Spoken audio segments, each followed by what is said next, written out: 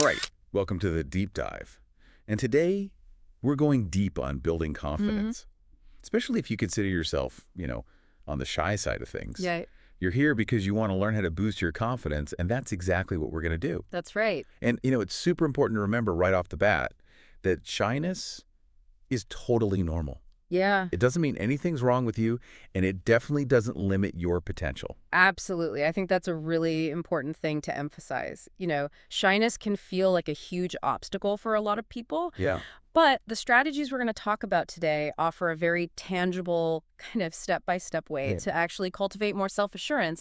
And for this deep dive, we looked at this really neat set of steps Okay. that are designed to help you, the listener, Yeah. have a more clear path towards feeling more confident. So, our mission today is to unpack those steps, find the most useful stuff that you can actually start using today, and do it in a way that's really clear and easy to follow I like it.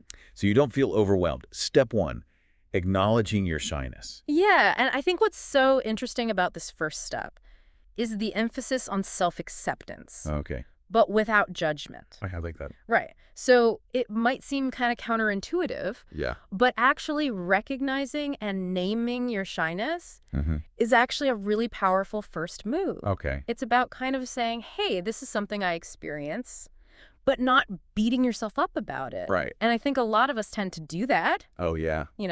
We tend to kind of get down on ourselves for being shy. Yeah, And exactly. it just makes it even harder to move forward. Yeah, and I think what really stood out Yeah. in the material that we looked at is this idea that shyness isn't some kind of permanent label. Yeah. It's just one aspect of who you are. Right. And by acknowledging it, you can kind of approach it Yeah. from a place of understanding rather than shame. Totally. It's like instead of being at war with this part of yourself, Yeah. you're starting to understand it a little bit better. And when you understand something, you can work with it. Okay, that makes a lot of sense.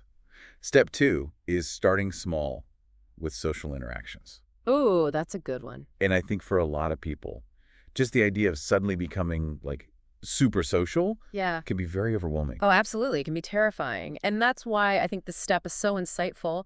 It's all about that gradual exposure, right? Okay. So you're not like jumping into the deep end of the pool. Yeah. You're kind of easing your way in, getting used to the temperature a little bit.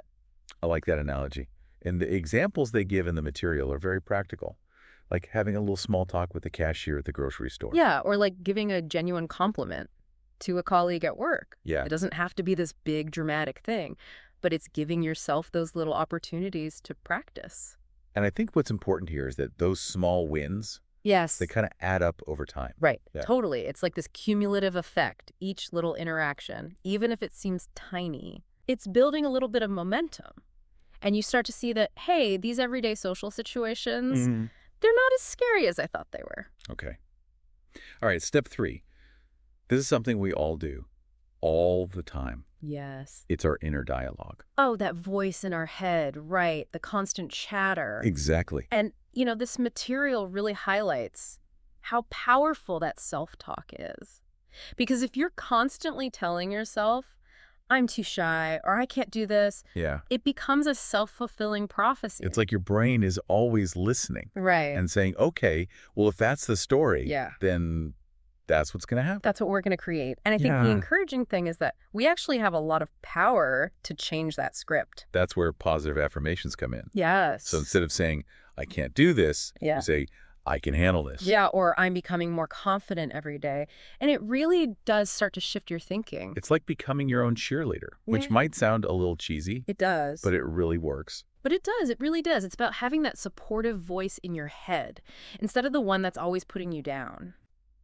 Okay, step four is visualization. Ooh, I like this one. And this is where you use your imagination, Yeah, but in a very proactive way. right. So the idea is you spend a few minutes every day picturing yourself confidently navigating Yeah. situations that usually make you feel shy. So like, for example, if you get really nervous about speaking up in meetings, Yeah.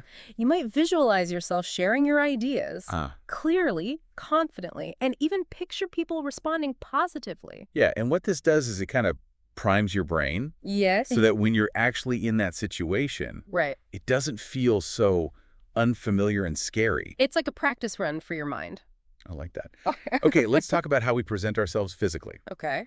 Step 5 is improving your body language. And this is such a fascinating connection between our minds and our bodies, Yeah.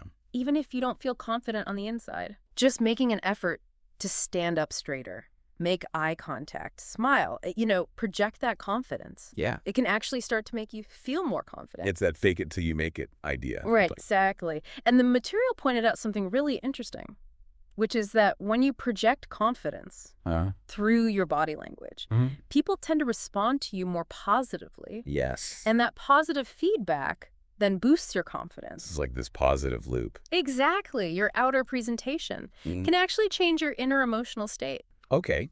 Step 6 is all about celebrating those small wins. Oh, I love this one. This is so important. It's easy to overlook those moments Yeah. when you do something brave, Right. but it's really important to acknowledge them. So did you start a conversation with someone new? Did you share an idea in a meeting? Yeah. Even if it felt scary?